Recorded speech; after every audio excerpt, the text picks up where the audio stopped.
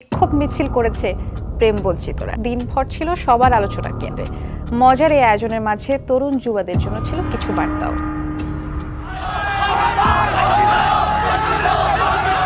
হঠাৎ দেখে ভুল ভাববেন না, এটি কোনো রাজনৈতিক সংগঠনের মিছিল নয়। বিক্ষোভে অংশ নেয়া সবাই প্রেম বঞ্চিত সংঘের সদস্য।